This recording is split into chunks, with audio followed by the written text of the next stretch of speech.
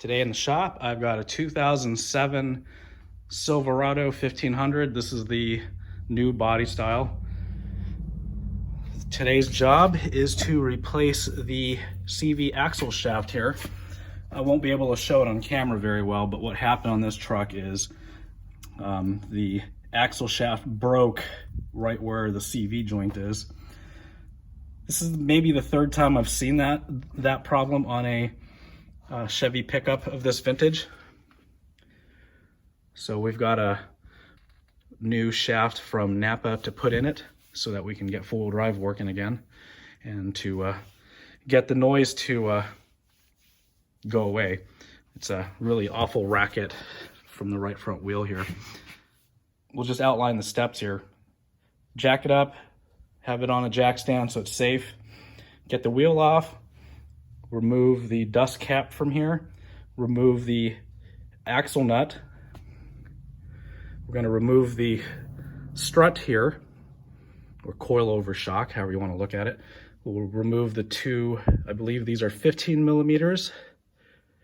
Spray those down with some sort of penetrating oil if you live in the Rust Belt like I do. We're going to do the same to these upper strut nuts here. I think these are 18 millimeter. There's three of them, and there's an ABS wire loom that we'll need to pry out of the way. We'll drop the strut out of the way, and then we'll move on to the six bolts there that hold the inboard CV to the differential. Let's get started. So once we have the vehicle jacked up, supported with a jack stand, and the wheel removed, we'll need to remove this dust cap here. It's a little pet peeve of mine. You don't need to beat the crap out of these caps to get them off. You just need a nice sharp chisel, and what we'll do here is we'll tap it out, tap the chisel right into this groove here, and go all the way around until this cap comes off. We don't need to beat the crap out of it. There's no reason for it. It looks unprofessional when you have a cap back on here that is all beat to crap. So nice sharp chisel, even a really tiny, little hammer. And we start to get a nice little gap formed between the wheel bearing hub and the dust cap. Again, no reason to ever beat the crap out of these caps. They always come off, without really any drama.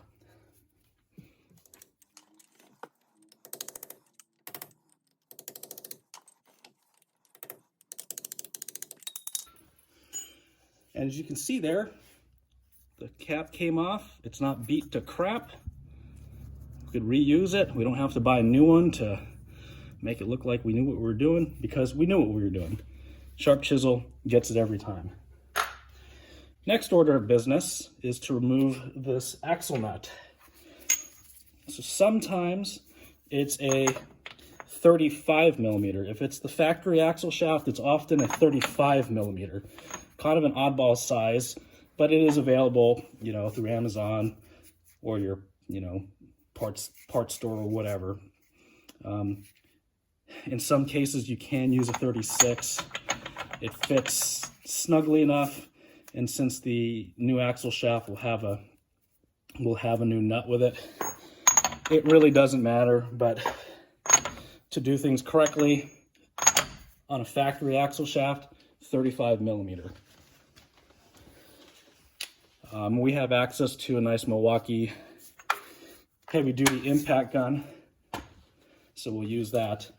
If you're working with hand tools, it's a good idea to put the wheel back on here and set the vehicle back down onto the tires, or have an assistant hold onto the brake, push down on the brake pedal so that this doesn't rotate while you try to break it loose with a breaker bar.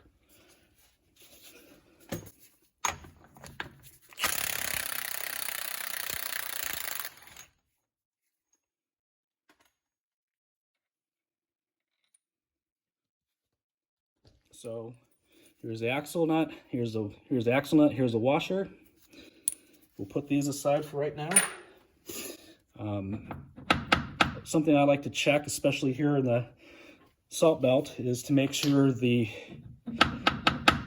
axle shaft actually moves within these splines here in the hub. So as you can see here, I'm able to move it. If it doesn't move, then I'll go ahead and spray in here with some sort of penetrating oil like Air Oil or PB Blaster or the like. But this is in good shape. Most of the time they are, because these especially if these caps are still intact, they keep a lot of that road grime and salt out of there. So generally, that's not an issue. So I've readjusted the camera angle for you. Next order of business is to work on removing the lower bolts that hold the coilover shock to the lower control arm. 15mm socket. We go from below the A-arm. We want to go ahead and spray this down with some Air Oil or something, you know, some sort of penetrating oil to help us here. I've already taken the liberty of cleaning the threads with a wire brush, so that generally helps. Normally there's a lot of crud on these threads. So I'm going to remove the second lower strut bolt here. So now we're going to work on the upper shocks, or shock mount bolts. We're coming in from the engine compartment here. We've got one of the nuts here covered by the ABS wiring. So that simply just pulls up off of that. Move that aside. So where my index finger is, there's one of them, and there's another, and then another. So go ahead and remove all three of those. 18mm for these nuts. So now we use a pry bar to get the lower part of the strut off of the control arm.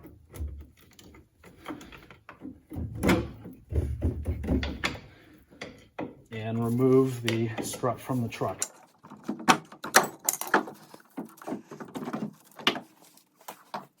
So now we have more room to deal with this axle shaft, and we're going to remove each of these mounting bolts, and I believe those are 15mm. So as you can see, we will remove those bolts.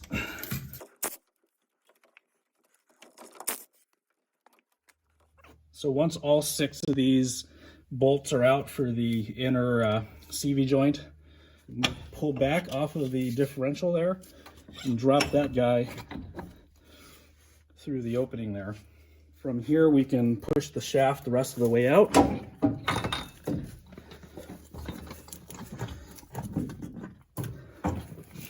And out it comes. So as you can see here, this one just completely shattered. This is the part number for the axle shaft that we will be installing in the truck today. This is a brand new unit. I don't recommend going with the remanufactured units. Personally, I have not had any luck with the remans.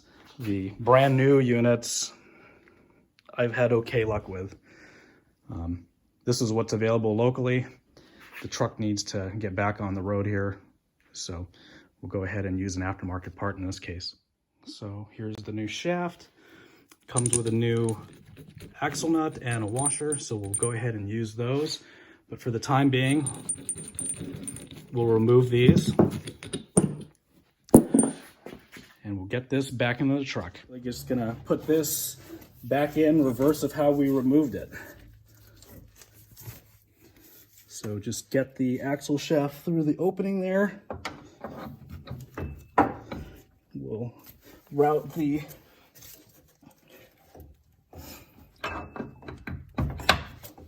end at the wheel hub into the wheel hub itself, as you can see here. And now we could just pull back on this flange and line it up. So So from here, it's quite literally reverse of removal. I've went ahead and cleaned up the bolts off camera here so they're not greasy. I'm going to apply blue Loctite to all of these. We'll get those tightened down to factory spec. And all torque specifications will be listed in the video description. Okay, I've got all of those torqued down to factory spec. I even used a paint marker there just to make sure that I don't skip a bolt. Something I will say though, you want to tighten these down in a star pattern, just like you're doing the lug nuts on your wheel. So once those are snug down to spec, we can go ahead and install the washer here. This is a lock nut of sorts. It's not completely round there. It's sort of smashed in on the sides. So you do not have to use any Loctite here. So we'll just go ahead and run this down quickly. I'm not going to tighten it down until we have the vehicle back on the ground so that I can run my torque wrench, but we can run this down quickly.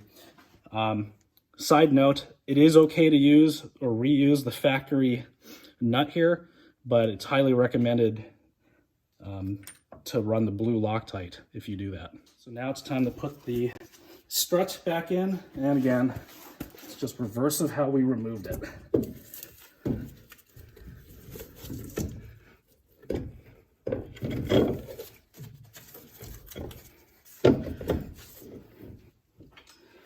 So sometimes it's helpful to run one of these nuts back up here just temporarily. You don't have to snug it down just yet, because not all of us have assistance.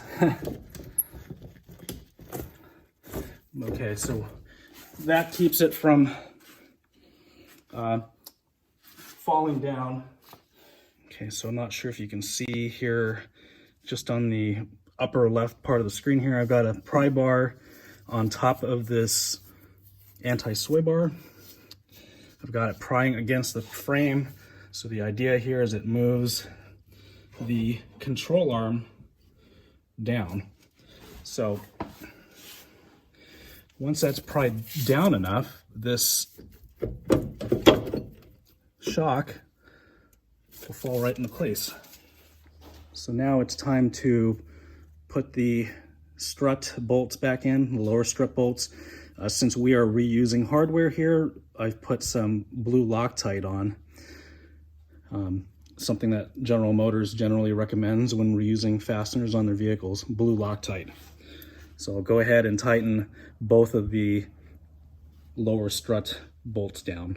So I don't know how well I'll be able to get it because there's just all this stuff in the way, but now it's time to put all of the 18mm head nuts to secure the upper half of the shock. So once all of those are fastened, don't forget to put the wire harness back on top.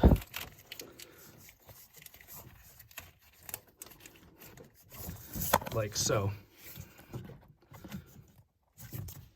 So now we can put the tire and wheel assembly back on. So we've got the tire and wheel assembly back on. Get those tightened to a star pattern to factory spec. From there, we can take the vehicle off of the jack and jack stand and proceed to final torquing. So now that we've got the lug nuts tightened to factory spec, we can go ahead and lower the vehicle and proceed with tightening the axle nut. It's important to not zip these on with a gun and tighten them down with a gun, because you can ruin the wheel bearing assembly that way. So always use a torque wrench. And since this is an aftermarket nut that we're using, the nut size is 36.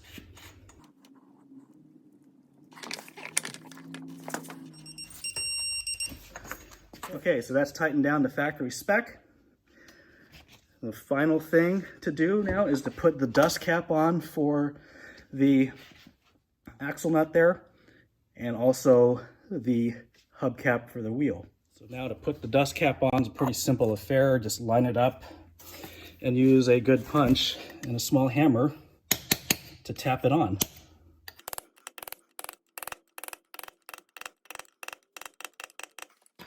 So as you can see there, the cap looks just fine. It's not banged up, not mangled up. So now, finally, let's put the hubcap on. And as you can see here, maybe, there's a diagram here and it shows the valve stem. So the valve stem's right here. We're gonna line that notch up with the valve stem.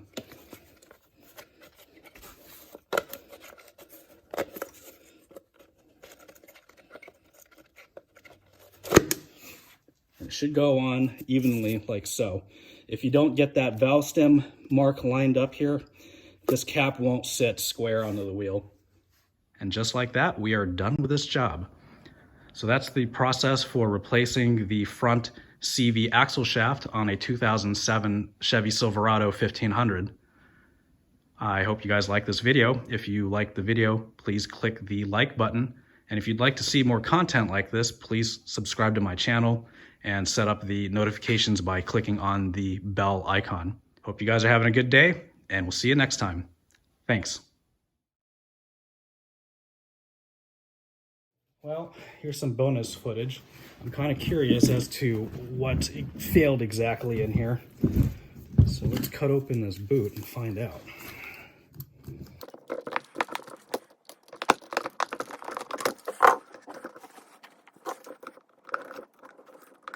This boot's really hard to cut.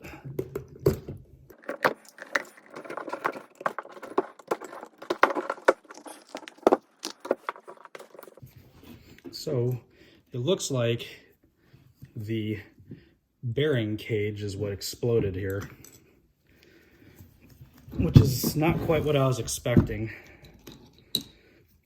There's the cage, remnants of the cage, the ball bearings,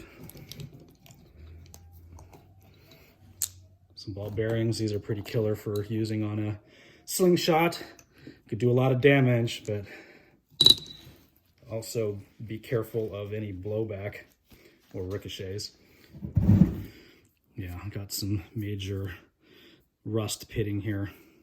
I almost wonder if maybe the